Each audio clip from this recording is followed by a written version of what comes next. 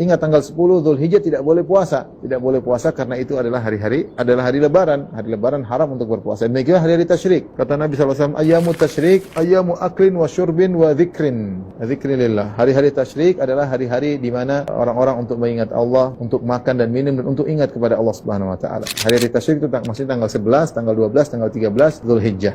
Hari-hari ini disebut oleh Allah Subhanahu wa taala dengan ayyam ma'dudat.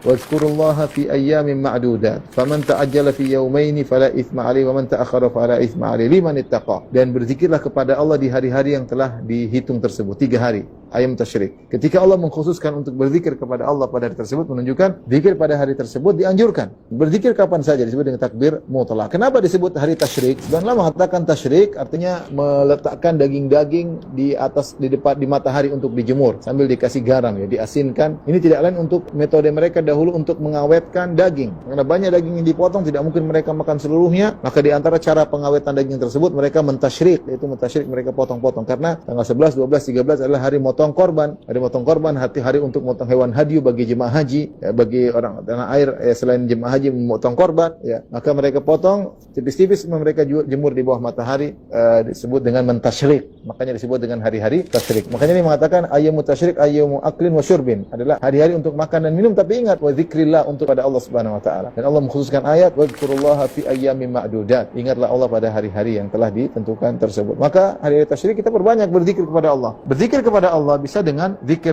mutlak dan bisa dengan zikir muqayyad. Zikir mutlak kapan dimulai? Zikir mutlak dimulai sejak malam 1 Dzulhijjah.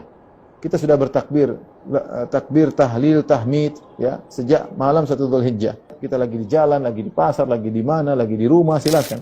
Allahu akbar, Allahu akbar, Allahu akbar, la ilaha illallah, Allahu akbar, Allahu akbar, walillahil hamd.